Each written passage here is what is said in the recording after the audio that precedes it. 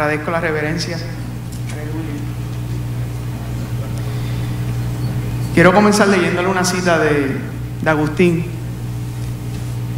Dice: y ahora, Señor, concédeme saber qué es primero, si invocarte o alabarte, o si antes de invocarte es todavía preciso conocerte. Pues, ¿quién te podría invocar cuando no te conoce? Si no te conoce, bien podría invocar a alguien que no eres tú. Aleluya. En el tiempo en que nos ha tocado vivir, ¿verdad? Siempre han sido momentos difíciles para la iglesia. Nunca, mientras estemos en esta tierra, pues siempre veremos aflicción y la oposición del mundo, porque ellos son odiadores de Dios. Es la verdad, es triste, ¿verdad? Pero realmente la Biblia dice que son odiadores de Dios. Aunque ellos digan que no es así, pero realmente cuando los confrontes, verás lo que va a pasar. En estos tiempos que estamos viviendo, una de las situaciones más difíciles es que las personas se confiesan, dicen ser cristianos. Incluso hasta las naciones dicen, es nuestro Dios. Las naciones, Puerto Rico mismo, dicen que es una isla cristiana. Y como que el nombre del Señor Jesucristo ha llegado como que a secularizarse, donde es utilizado para recibir beneficios, a veces es utilizado para simplemente ganar algún puesto. Hay veces que los muchachitos utilizan el nombre de ser cristiano para conquistar a las niñas, ¿verdad? Llegan a la casa y dicen, no, este muchacho es un muchacho cristiano. Después explota y resulta que nada que ver. Vemos como políticos con agendas que van contra la ley de Dios, ante el mundo le dan el primado a Dios, pero luego hacen todo lo contrario. Aleluya. Y esto es muy, muy alarmante, porque es una nube que está delante de nosotros que entonces se nos impide poder ver realmente lo que es ser cristiano. Por causa de esas personas, el nombre del Señor es blasfemado en las calles. La reputación de la iglesia se ha visto afectada por estas personas. Amén. La reputación de la iglesia se ha visto afectada por estas personas que se llaman ser cristianos, pero sus acciones son totalmente en contra de la ley de Dios. Vemos cómo artistas seculares le dan gracias a Dios por sus logros, cuando realmente lo que ellos producen solo viene de Satanás. Pero ellos confiesan que su Dios es el Señor Jesucristo. A todos les decimos que son hijos de Dios. Somos criaturas, pero no hijos. Porque tus deseos dicen de quién es tu Padre. Aunque digas creer en Él, Él le dijo a los fariseos, sus deseos son de su padre, Satanás.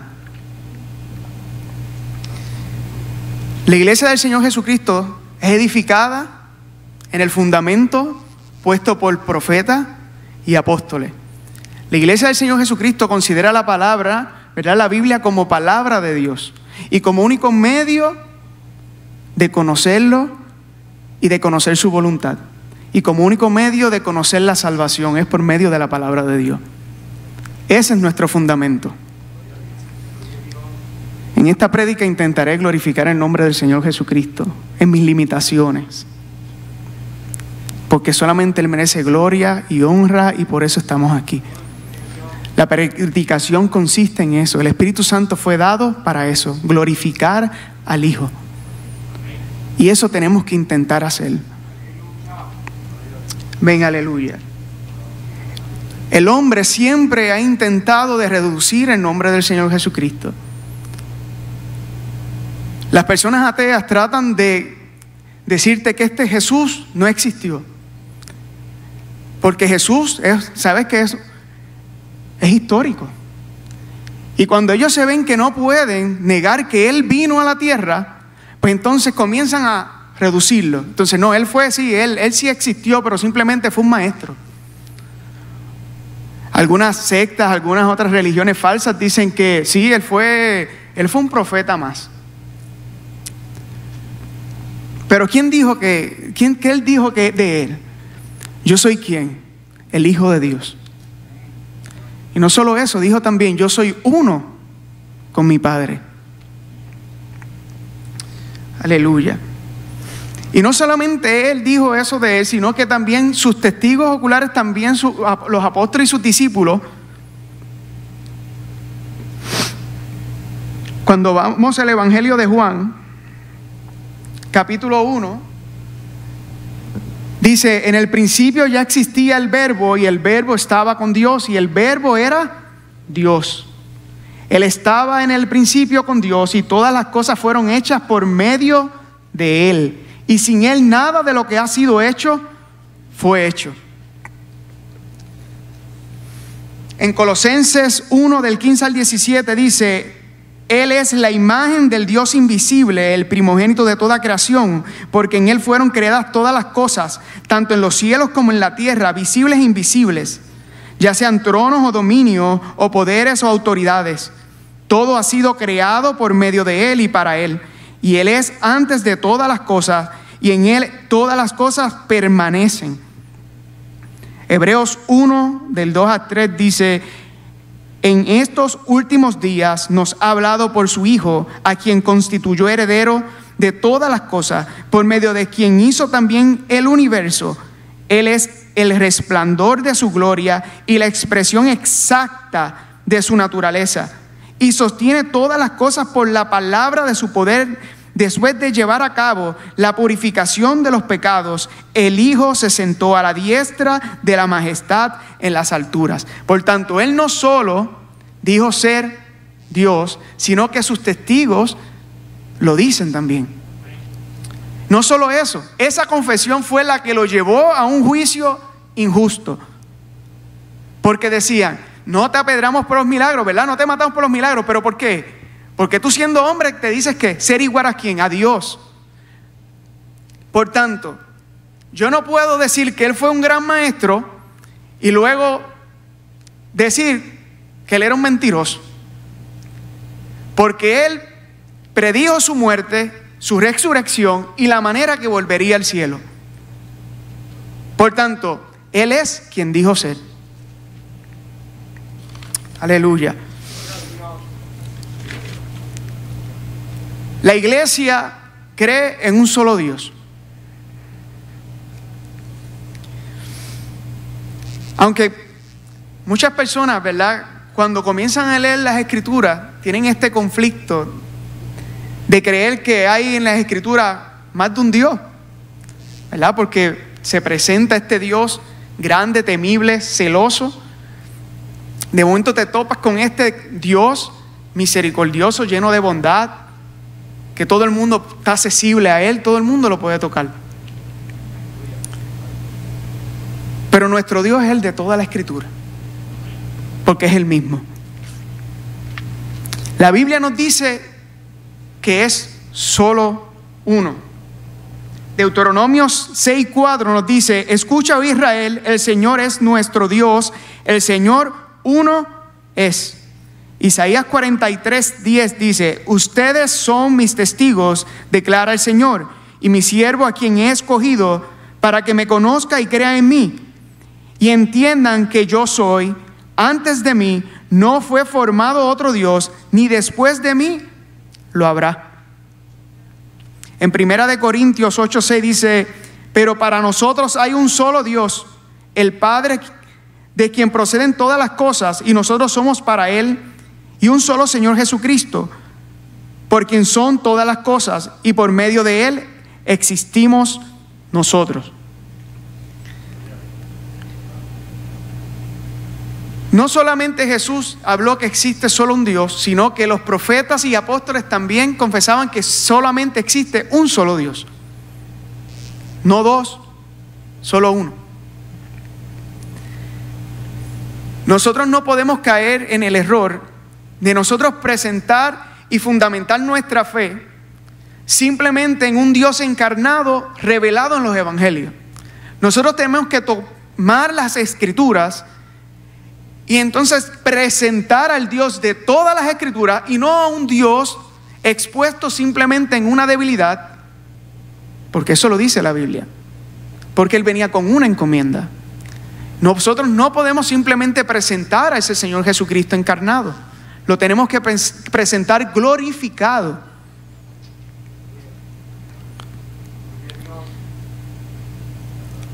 En el libro de Éxodo, capítulo 3,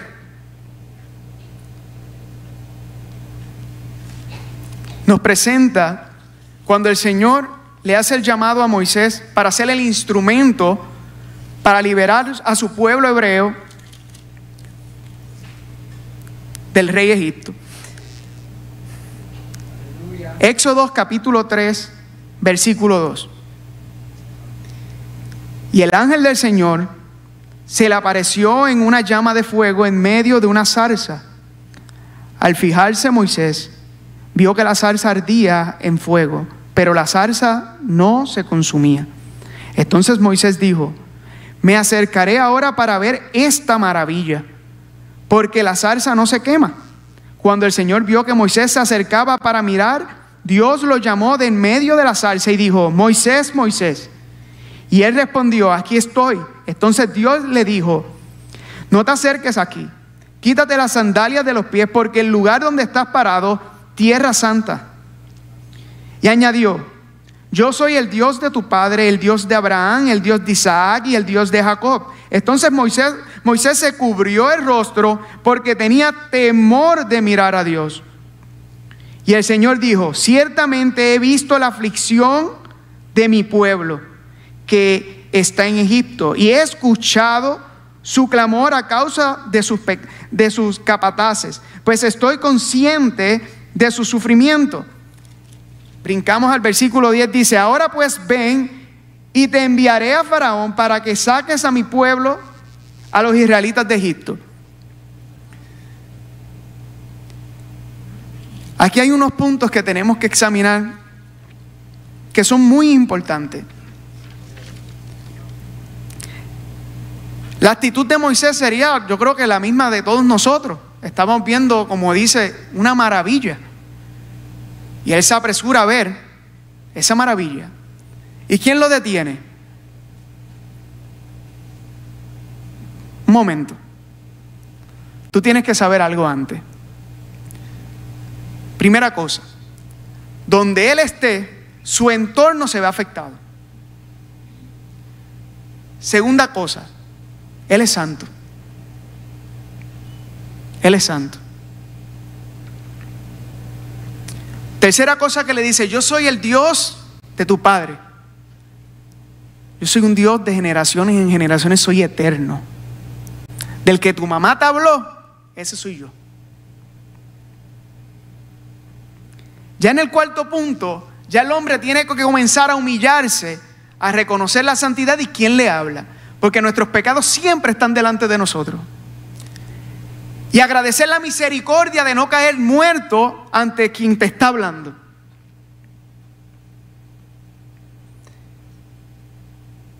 Es un Dios que ve.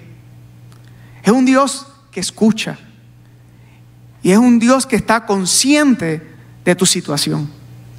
Y no solo de tu situación, consciente también de tu pecado. Luego que Moisés tiene claro esto, él le dice por qué ha descendido. Y luego que Moisés tiene claro esto, lo comisiona y le dice: ahora ven.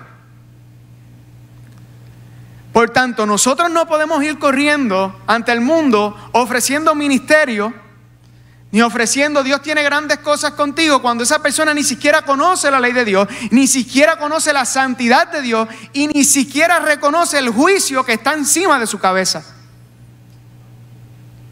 Esto es un orden que Dios establece ahí. Detente. Yo sé que esto te impresiona, yo sé que tú estás viendo muchos milagros, pero tú tienes que conocerme primero. Una vez el hombre reconoce todos estos pasos, entonces el Señor lo trae a la iglesia como parte del cuerpo de Jesucristo, ¿verdad? Que es la iglesia, y lo comisiona. Pero antes de esto no puede venir a estar ofreciendo ministerio para que entonces la carne después tome partido, y después vemos gente con grandes ministerios lo que quieren es lucrarse.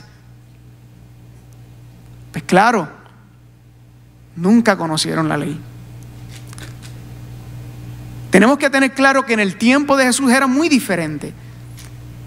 Las primeras personas que entraban eran personas judías que conocían la ley, conocían el Dios del Creador. Hoy tú le preguntas a quien sea que está en el mundo a ver si conoce realmente el Dios que está en la Biblia. Él conoce simplemente el que mami y papi quizás le dijo: sí, Él te ama, tú eres un hijo de Él. Ponte este rosario y vete a janguear y ya Él te va a proteger.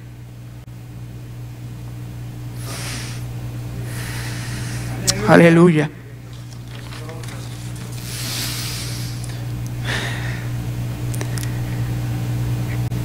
Viendo la obra del Señor Jesucristo como Dios encarnado, Él se da un nombre muy importante, que es el nombre del pacto, que es el mismo nombre que Dios le dice a Moisés cuando Él le dice: cuando yo vaya a ellos y me digan ¿cómo se llama el Dios de mi padre?, dile que yo soy.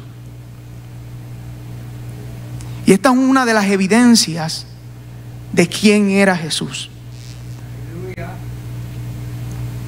En Juan 8:24, Jesús le dice a los judíos: si no creen que yo soy, morirán en sus pecados. Juan 8:28 dice que cuando el Hijo del Hombre sea levantado, entonces sabrán que yo soy. Juan 8:58, Jesús le dice: antes de Abraham, yo soy. Y en Juan 18, del 5 al 6, de mi evento favorito, es cuando vienen a buscar a Jesús. Y Él se presenta y Él dice: ¿a quién buscan? A Jesús de Nazaret. Yo soy. Y ellos caen al suelo. Ese Dios encarnado seguía siendo el yo soy. Y ahí se comprobó cuando ellos cayeron al suelo. Aleluya. Ese es nuestro Dios. Aleluya. Pero Él ya no se encuentra en ese estado encarnado. Él ha sido glorificado. Y hay evidencia en la Escritura. Aleluya. Segunda de Corintios 13, del 3 al 4, nos dice que Él fue crucificado en debilidad, para darnos un ejemplo de lo que es una vida en obediencia y llena del poder de Dios. En 2 de Corintios 5:16 dice que ya no lo conocemos en carne, ya Él ha sido glorificado. La iglesia reconoce a Cristo como Rey de Reyes y Señor de Señores. Quien sigue viéndolo débil es el mundo que se pierde. El mundo que utiliza su nombre para cuantos fines hay.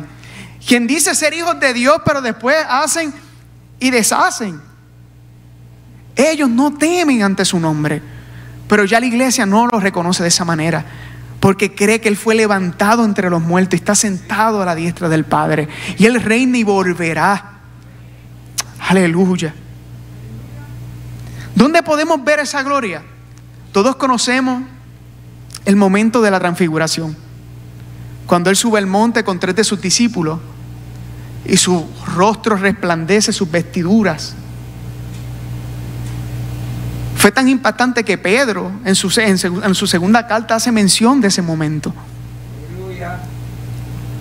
¿Dónde más se ve reflejado? Vamos a Apocalipsis capítulo 1. Aleluya. Apocalipsis capítulo 1, versículo 10 en adelante. Estaba yo en el Espíritu en el día del Señor. Oí detrás de mí una gran voz como sonido de trompeta que decía: escribe en un libro lo que ves y envíalo a las 7 iglesias, a Éfeso, Esmirna, Pérgamo, Tiatira, Sardis, Filadelfia y la Odisea. Entonces me volví para ver de quién era la voz que hablaba conmigo. Y al volverme vi 7 candelabros de oro. En medio de los candelabros vi a uno semejante al Hijo del Hombre, vestido con una túnica que le llegaba hasta los pies, ceñido por el pecho con un cinto de oro. Su cabeza y sus cabellos eran blancos como la blanca lana, como la nieve. Sus ojos eran como una llama de fuego. Sus pies se parecían al bronce bruñido, cuando se le ha hecho refulgir en el horno, y su voz como el ruido de muchas aguas. En su mano derecha tenía 7 estrellas, y de su boca salía una espada aguda de 2 filos. Su rostro era como el sol cuando brilla con toda su fuerza. Cuando lo vi, caí como muerto a sus pies. Y él puso su mano derecha sobre mí diciendo: no temas, yo soy el primero y el último y el que vive. Y estuve muerto, pero ahora estoy vivo por los siglos de los siglos. Tengo las llaves de la muerte y del Hades. Este mismo Juan es el discípulo amado que recostó su cabeza en el pecho del Maestro. Este mismo Juan es el que estuvo en la transfiguración. Y este mismo Juan es el que está viendo ahora a un Jesucristo en gloria y dice que cae como muerto. Él ha sido glorificado, aleluya. Entendiendo esto, es que nosotros podemos unir el Dios manifestado en el Sinaí. Pero ¿saben qué? El hombre siempre le ha gustado reducir las cosas. Buscando información, me encuentro que en el siglo II, este hombre Marción, de nombre Marción, en el año 144 después de Cristo, es excomulgado. ¿Saben por qué, hermano? Porque él dice que el Dios del Antiguo Testamento es un Dios distinto al del Nuevo Testamento. Y este hombre coge el Evangelio de Lucas especialmente y comienza a editarlo. Y no solo el Evangelio de Lucas, sino también las cartas paulinas. Y comienza a diseñar un evangelio según él perfecto, donde quita todo lo que viene siendo juicio, todo lo que son advertencias y todo lo que trate de la ira de Dios. Porque él entiende que ese es el evangelio perfecto, donde no se ve revelada la ira de Dios. Estamos hablando del siglo II. Y este hombre es excomulgado y declarado un hereje. Y ese espíritu todavía ronda. Ronda porque no queremos hablar sobre eso. No sé cómo pueden explicar la cruz sin hablar de la ira de Dios. No hace sentido. No hace sentido. Aleluya. Gracias, Señor, aleluya. Presentar a Jesucristo como Señor es el tema central de los apóstoles. Cuando vemos la comisión que Él le da, Él le dice: todo poder me ha sido dado en el cielo y en la tierra. Y este fue el mensaje que los apóstoles fueron a dar. En el primer sermón de Pedro, vemos cómo Él confronta a los hombres y le dice: ustedes son unos pecadores injustos y le dieron muerte al Señor Jesucristo. Pero ¿saben qué? Dios lo ha levantado entre los muertos y lo ha nombrado ¿qué? Señor y Cristo. Conmovidos de corazón, le dicen: ¿qué hacemos? Fueron las mismas palabras que el pueblo le dice cuando Juan el Bautista está predicando. ¿Qué hacemos? Si no predicamos juicio, ¿cómo las personas dirán qué hacemos?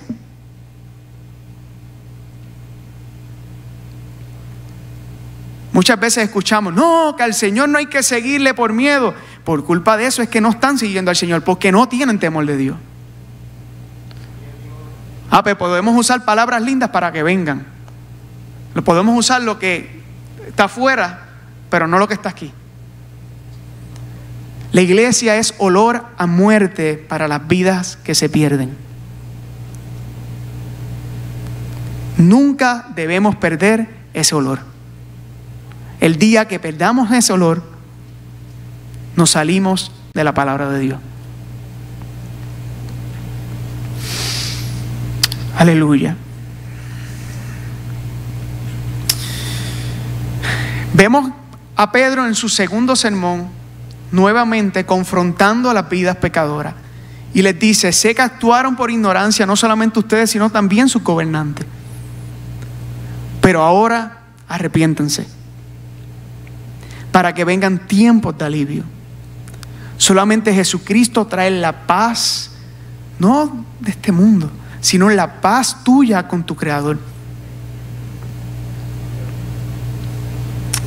Aleluya. Cuando vemos en Hechos 10 la historia de Cornelio, me llama mucho la atención porque Cornelio dice que era un hombre moralmente bueno. Era un hombre que daba ofrenda, incluso temeroso de Dios. Pero aún no había recibido la revelación del Señor Jesucristo, que es la única que salva. Y esto transmite un mensaje a los que se encuentran en el mundo creyendo que porque ellos son buenos, son salvos. Cornelio necesitó que Pedro fuera a su casa y le predicara sobre el señorío del Señor Jesucristo, para perdón de pecado, para traer la paz con Él y con Dios. Aquí no hay bueno, solamente uno, y murió en la cruz. Aleluya. Vemos a Pablo en Hechos 17 cuando va a Atenas y él le dice: ya el Señor ha dejado atrás el tiempo de ignorancia y ahora llama a todos los hombres al arrepentimiento, porque ha establecido un día donde seremos juzgados. ¿Por quién? Por quien el que resucitó entre los muertos, el Señor Jesucristo. Él es el juez del mundo. Queda claro que la predicación consiste en hablarle al mundo sobre el señorío de Jesucristo. Aleluya. Él es nuestro Señor y tendremos que dar cuenta. Pero cuando tú le dices eso al mundo, ahí se dañan las cosas. Cuando tú le dices al mundo que tiene que dar cuentas por lo que ellos hacen y por sus pecados, ese mensaje no me gusta. Ese mensaje no me gusta. A nadie le gusta sentirse culpable, pero de eso se trata el Evangelio. Tú sentirte culpable para entonces comprender la gracia de Dios. Si no, ¿cómo la vas a comprender? No merecíamos, pero Él lo hizo. Solo así comprenderás el amor de Él. Aleluya. En Juan 3:18 hay una promesa que dice que si creemos en Él, no seremos condenados. Aleluya. ¿Cuántos creen en esa promesa? No seremos condenados. No seremos condenados. En Juan 3:16, el que no obedece al Hijo no verá la vida, sino que la ira de Dios permanece sobre él. Este es el problema del mundo. El enemigo quiere hacerte ver que el problema es lo que tú ves. Tú prendes las noticias, este es el problema. El problema es las enfermedades, el problema es que la guerra, el problema es la ideología de género, el problema es lo otro. Tu problema es que la ira de Dios está sobre tu cabeza y si no te arrepientes caerá sobre ti. Si tú no haces a Cristo Señor de tu vida, la ira está sobre ti. Hay una condena ya pautada. Y esto yo no me lo invento, hermano. Esto es lo que dice la palabra de Dios. Aleluya. Gloria a Dios. Gloria a ti, Señor Jesucristo.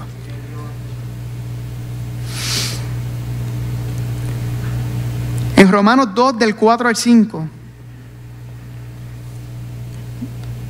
Busquemos ese texto, Romanos 2. Estamos terminando, pastor. Aleluya. Gloria a ti, Señor. Tengo que predicar un poquito más largo porque en la primera el pastor me han caído encima y dice, hermano, todavía la gente no se pregunta que por qué lo hiciste tan rápido. Y hermano, pues voy a esforzarme a tratar de... Aleluya. Romanos 2 del 4 al 5 dice: ¿o tienes en poco las riquezas de su bondad y tolerancia y paciencia, ignorando que la bondad de Dios te guía al arrepentimiento? Pero por causa de tu terquedad y de tu corazón no arrepentido, estás acumulando ira para ti en el día de la ira y de la revelación del justo juicio de Dios. Esto es lo que el mundo no comprende. Y el enemigo se encarga de que tú sigas viendo los problemas que tú ves a simple vista. ¿Por qué es necesario comprender esto? Porque la iglesia se regocija por esta noticia. Porque cuando la iglesia comprenda de lo que ha sido librada, dará gracia y todas las aflicciones del mundo se verán pequeñas. Por eso es tan necesario predicar sobre la ira de Dios. Porque de esa ira fue que hemos sido librados. Porque la cruz no solamente transmite un mensaje de amor, sino de juicio. La cruz es un ejemplo de la ira que Dios tiene con el pecador. Y Cristo la pagó completa por su iglesia. El que me está escuchando en sus casas, quizás el enemigo le está tratando de hacer ver simplemente que el problema es el COVID o cualquier nombre que tú les quieras poner a la situación. Pero realmente tú necesitas ser reconciliado con Dios. Ese es el mensaje. Ese es el mensaje que tiene la iglesia para el mundo. Hay una necesidad de tú ser reconciliado con el Señor. Porque la ira de Dios está sobre tu cabeza y tienes que ser librado. Aleluya.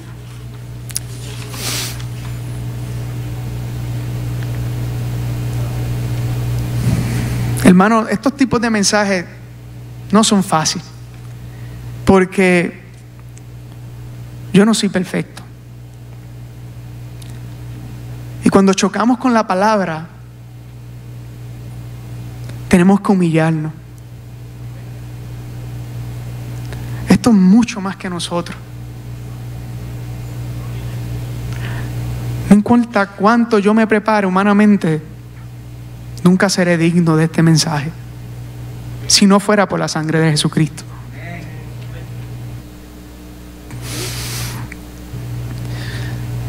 Hermano, este mensaje es el mensaje de amor que tú le puedes dar a tus seres queridos, que huyan de la ira venidera. Este es el mensaje de amor que tú le puedes dar. Y es el mensaje que yo le transmito a todos mis seres queridos. No te vayas con eso en tu cabeza. El Señor pagó cada una, o sea, Él pagó tu sentencia. No es necesario que tú pases por esa ira. No es necesario. Esa carga que tú llevas, Él quiere liberarte de esa carga. Solamente tenemos a un Cristo y un Señor. Y hoy le doy gracias. Pongámonos de pie, aleluya.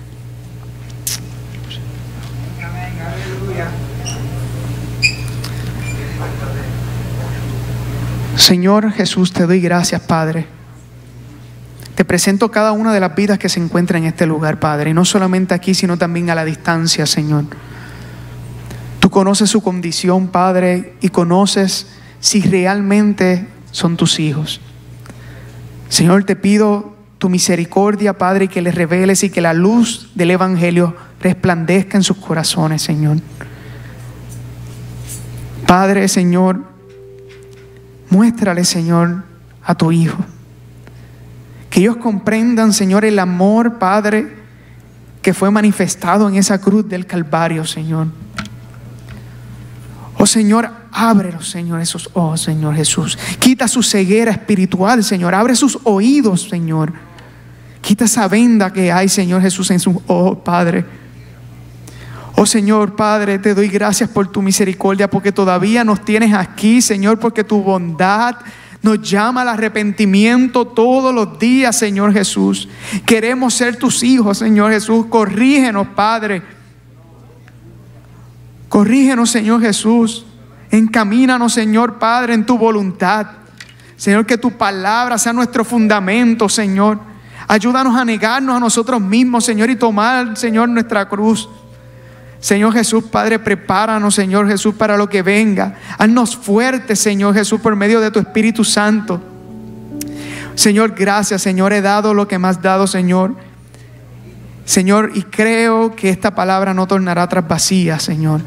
Señor, irá a esos corazones, Padre, y tú la harás germinar, Señor. Te doy gracias por el amor, Señor, revelado en tus escrituras, Señor. Y gracias, Señor, por la ira que tú nos has librado, Señor Jesús, porque somos más que vencedores, Señor, y ya no hay condenación, Jesús. Gracias por medio, Señor, de tu sacrificio. Amén y amén. Gracias. Aleluya.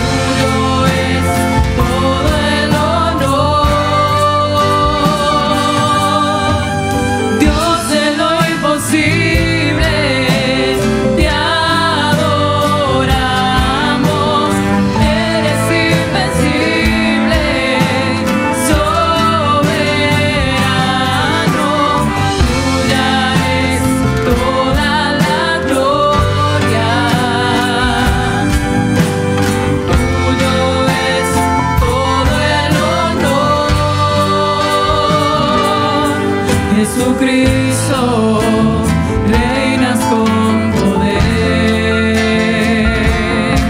soberano, victorioso Rey,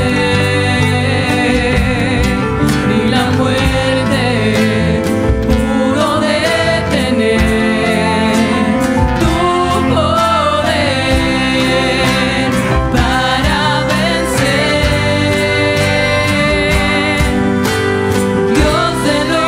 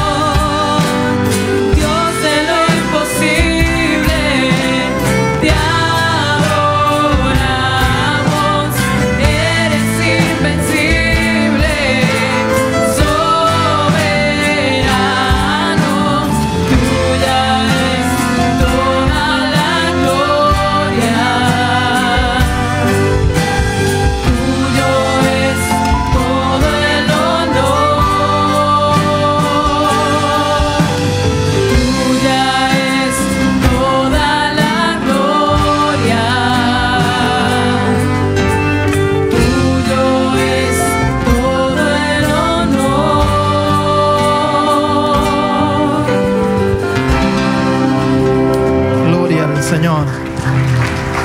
Toda la gloria es para el Señor. Aleluya.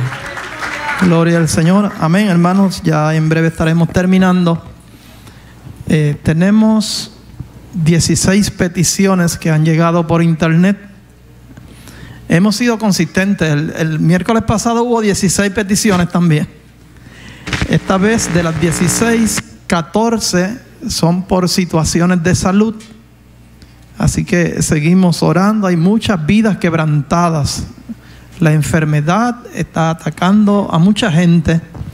Y en el nombre de Jesús seguimos proclamando salud desde este lugar. Amén, para gloria del Señor. Y hay una vida que fue operada que piden porque pronta recuperación. Esta petición de la hermana Iris Vega, gloria al Señor. Recuerdan a la hermana Esther Villanueva para que sigamos orando por ella. Una ancianita muy estimada en esta casa porque está aquí desde el origen, desde el principio de la iglesia. Una mujer fiel a Dios y fiel a la obra del Señor en este ministerio. Amén. Así que sigamos orando, gloria al Señor. Y hay una petición, nos reservamos su nombre, pero decía que por liberación de vicio. Yo la hago mía, ¿verdad? Porque pude ver su nombre, pero lo decimos a la iglesia para que la presente en oración, gloria al Señor. Si hay algo que necesitamos también, además de salud, es que las personas sean libertadas de vicio y del pecado, gloria al Señor. Amén. Pues vamos a estar de pie para orar y presentar esas peticiones y somos despedidos entonces. Les recordamos, el viernes tenemos el programa radial de la iglesia a las 7 de la noche. Y el domingo estaremos aquí nuevamente, si el Señor permite, en nuestros dos cultos. El primero a las 8 de la mañana y el segundo culto a las 10:30. Para que el que no pueda venir primero, viene el segundo. Oramos. Padre eterno, buen Dios. Hay muchas peticiones delante de ti, oh Señor.